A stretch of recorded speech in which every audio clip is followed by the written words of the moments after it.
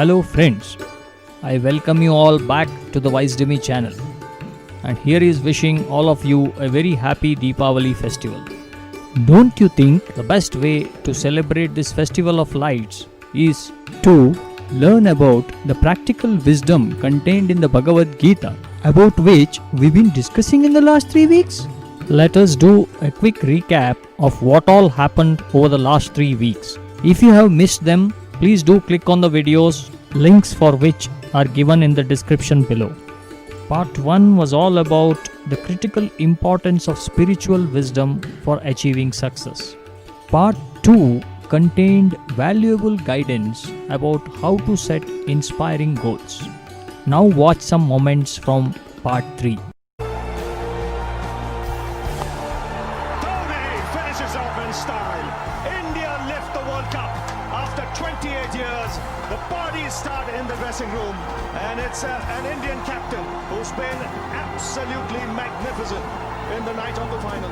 Well, personally, if you ask me, I feel, you have to be honest in life. You have to be honest to yourself. You have to be practical.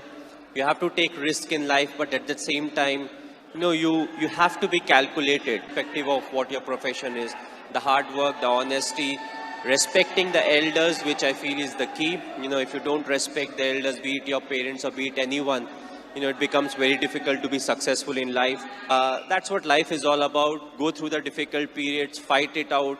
But if you can do it with a smile, that you'll become part of maybe the 5%. It took everything in our stride, and that I feel is very important, because it's not literally a script that you have to follow, when it comes to the tournament. So you have to be adaptive, you have to be responsive, and Cultivate a cool and composed attitude and demeanor like MS Dhoni. We need to have unshakable faith built on the foundation of character, integrity, and purpose. Along with the faith, we also need to have an attitude of reverence towards mentors to continue learning with humility. We need to have total control over our sense pleasures. This avoids all kinds of distraction and sapping of energy. Let us now go ahead to part 4, which is about how to make excellence our signature. Next winning attribute of Dhoni that we are going to consider is his legendary sense of timing, which resulted in spontaneous excellence in action.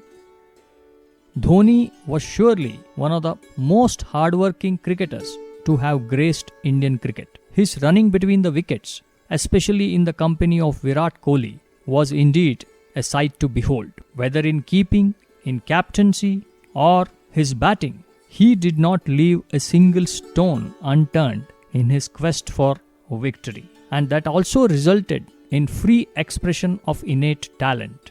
Even in his retirement, his sense of timing was impeccable. How do we achieve this level of excellence in action? Let us turn to Bhagavadgeeta once more for inspiration and insights. कार्यमित्यैव यत्कर्मा नियतं क्रियतेऽर्जुन सङ्गं त्यक्त्वा फलं चैव सत्यागः सात्विको मतः. In this verse, Sri Krishna is indeed sharing with us a great secret that teaches us how to achieve the highest level of excellence in action. His advice is very simple.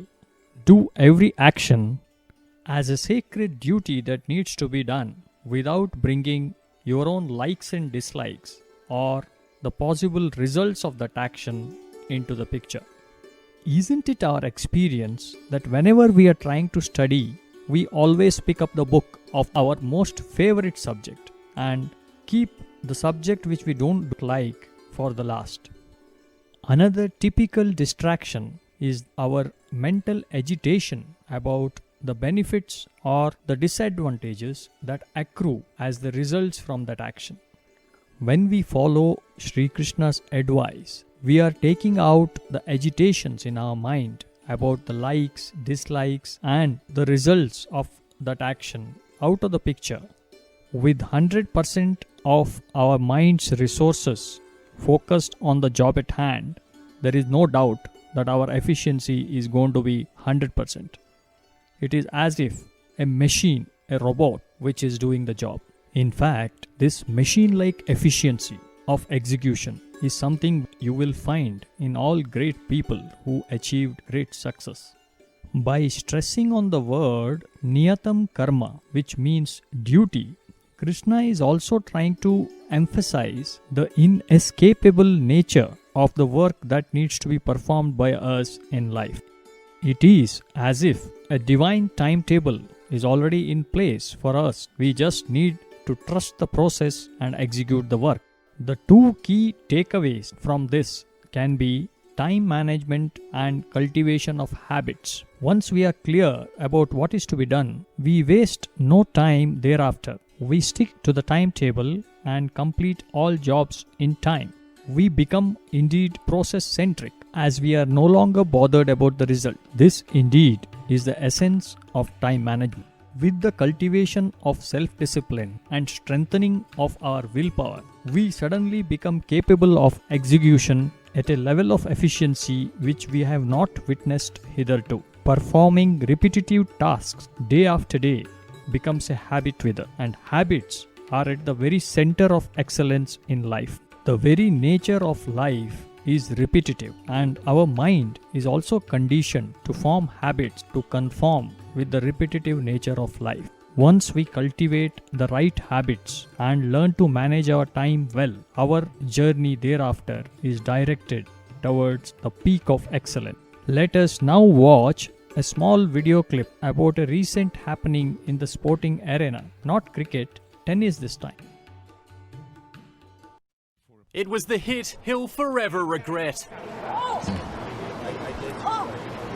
Novak Djokovic, deep in the first set of his fourth round US Open match, struck a linesperson hard in the throat. Struggling to breathe, the woman was taken to hospital. The Joker pleaded with officials to not disqualify him from the tournament. After 10 minutes of back and forth, the verdict was in. It's over. He immediately fled Flushing Meadows and left all the questions for others to answer. Poor fellow Novak Djokovic. He was playing in the semi-finals of the US Open Tennis Championship, one of the prestigious Grand Slam tournaments. A momentary lapse in concentration cost him, well, a place in the finals for sure. Who knows, maybe the title itself. That brings us to the final set of two attributes. See the situation and equanimity. If you remember, MSD was not only having one of the sharpest cricketing brains, but was also a very keen watcher of the game. A case in example was the ease with which he used to decipher the field umpire's decision and take a judgment call whether to go for a third umpire's review or not. That stemmed from his ability to watch the ball, watch the proceedings, see the situation so accurately that his judgment was hardly ever wrong. We also heard MS Dhoni talking about how it is not possible to stick to the script in tournament situation, and one needs to appreciate the emerging situations and respond with quick decision. This needs a phenomenal capability to focus on the present moment on a continuous basis, and that can only happen when a person attains a certain equilibrium, an equanimous state of mind where his mental status does not change with respect to the situation outside. We heard MSD talk about it. He said that one has to smile through the ups and downs of life to belong to the top 5% of successful people. Let us now listen to a small story from the great epic Mahabharata, which reminds us about the importance of focus on the task at hand. The story goes that during the time when the Pandava and Kaurava princes were studying under the tutelage of Guru Dronacharya, everybody was very unhappy about the special treatment Arjuna got from the Guru. To bring out the greatness of Arjuna, Guru Dronacharya set up a target in the shape of a bird on a tree and invited his students to shoot it. Before they did so, however, they had to answer his questions. First, proud Duryodhana took up his stance. "What can you see?" asked Dronacharya. The answer was, "I can see the bird, the leaves, the tree and so on. Dronacharya ordered him to put the bow down and go back to his place. Next was Yudhishthira, but the answers were along the same line. Some others added that they could also see the teacher, their cousins, and other audiences standing around, and all were sent back to their places without being allowed to shoot. Dronacharya then asked Arjuna to come up and take his stance. When Arjuna picked up his bow, set the arrow, and drew the string, his teacher asked, "What do you see?" Arjuna replied, "The eye of the bird." "Can you see the tree?" asked Dronacharya. "No, only the eye of the bird," was the answer. We can learn a couple of things from this story. One is, to really deserve the special treatment from the Guru, one must have that all-encompassing passion for the subject as well as the capability to focus on one task given by the Guru to the exclusion of everything else.